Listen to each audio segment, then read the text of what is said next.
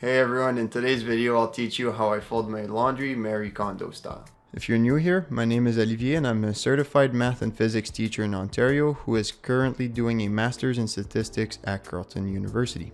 So something funny happened. I filmed the entire video and then the camera unplugged so it didn't save the video. So now I folded all my laundry and now I have to unfold it to re-film the video. So that's what we're doing now. And let's start with the shirts.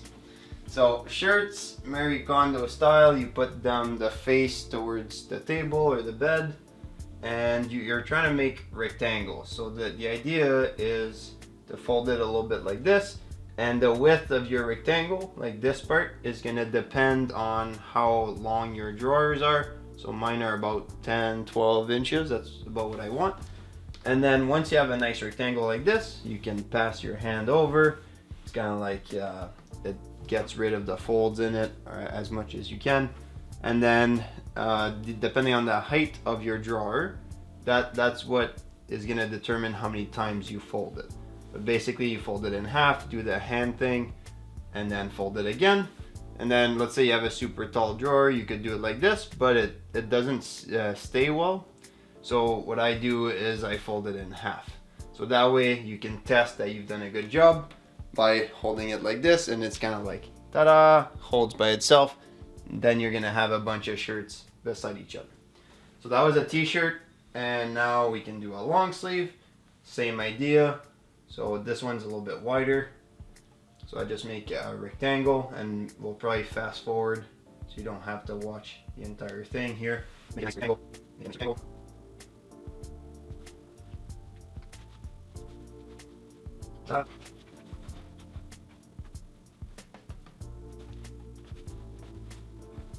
Okay, so now we can move on to pants. So pants is pretty straightforward. Take them, fold them in half. Now you already have your rectangle. These are the Lululemon ABC pants, Slim Fit. That's my favorite pair of pants. That's what I'm wearing right now. I have like 4 pairs, that's all I wear. As you can tell by the amount of laundry I have, that's a week's worth. So then so you have a rectangle, you fold them in half. Fold them in half. This is the good width, but it's too high, right? So then you fold it in half, and then you have your little thing that you can test. Stands by itself, that's what you want, because then you're gonna have all your pants beside each other. So now some soft clothing like this probably won't stand, but the idea is the same. You get your rectangle, fold them in half, fold them in half, fold them in half, do the hand thing. It might stand, but I mean, good enough, right? Doesn't need to be perfect. Shorts is the same idea. Take them, fold them in half, fold them in half, fold them in half, put it with the pants. Now with underwear, maybe a big monster will try to eat them. She eats about a pair of underwear per week. I'm just kidding. But so yeah, underwear, if she so that's 1 pair, bye. And then yeah, Saxx Underwear, I like them. You fold them in half and then you just do little rolls. So I just roll it, and then you have 1 roll, fold them in half, 1 roll like this. The idea is the same for the other pairs of underwear. I managed to steal these underwear from Tuna. That's my cat Tuna, by the way.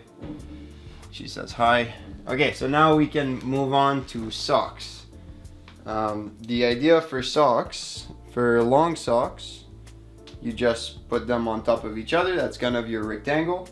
If you fold them in half like this, you get your rectangle, and then you can fold them in half, and again they stand by themselves like this. That's the idea. For short socks, I just put a ball, and then I'll put them in a little basket thing I'll show you later. So then you have the socks, you fold them in half, fold them in half,